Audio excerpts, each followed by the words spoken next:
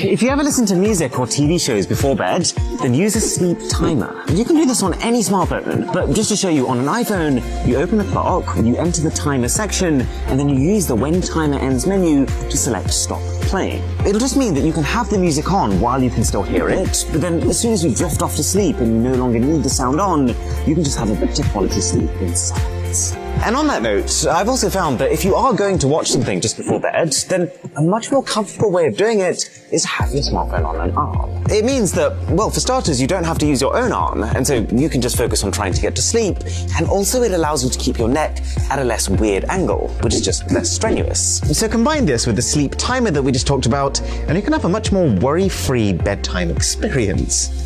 When you're registering your fingerprint to be able to unlock your phone, instead of registering it once like your phone asks you to, do it twice. And on that second time, make sure that you're getting every single nook and cranny of your finger. Okay, time for a camera lightning round. 5 of my absolute favorite tricks for photos.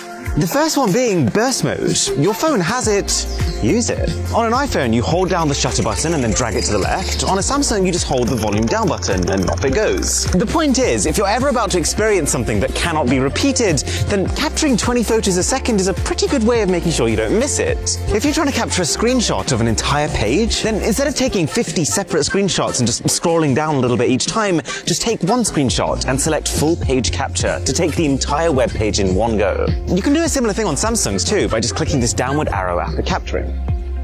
Now, if you're a bit of a tinkerer, then it's also worth playing around with the Shortcuts or the Routines app, depending on which phone you have. It basically allows you to give custom commands to your phone, which can make it react to any input you give it. So, just for example, I've got a little command here, which means that every time I say the word snap, my iPhone, without even needing to open up the camera app, can snap a silent photo and immediately save it to the Recents folder. If you ever see someone that looks just really trendy, and you decide that you want to recreate their outfit, then all you need to do is to head to the Google app, open up Google Lens, and just take a photo of it. This feature did start off pretty rough, but I think you'd be surprised at how capable it's now become. It is far easier than trying to describe what you're seeing in written language.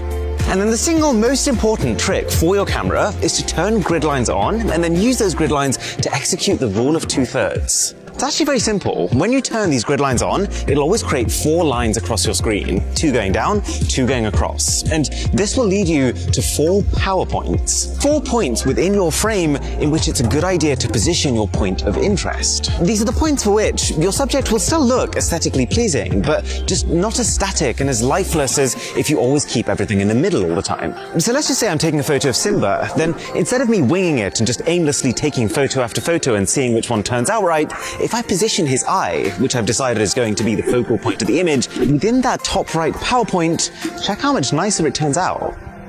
Okay, moving on from photos then. If you want the absolute best solution to watching TV shows while having a shower, then a shower cage might well be the way to go. I have one installed in my bathroom, and it basically means that you can have your phone at the perfect height, you can keep it dry as the cage is waterproof, and you can even rotate it 90 degrees to consume different types of content. I will say that trying to use the touchscreen while the cage is wet is a bit hit or miss, but if you set up the right voice commands, you will never need to.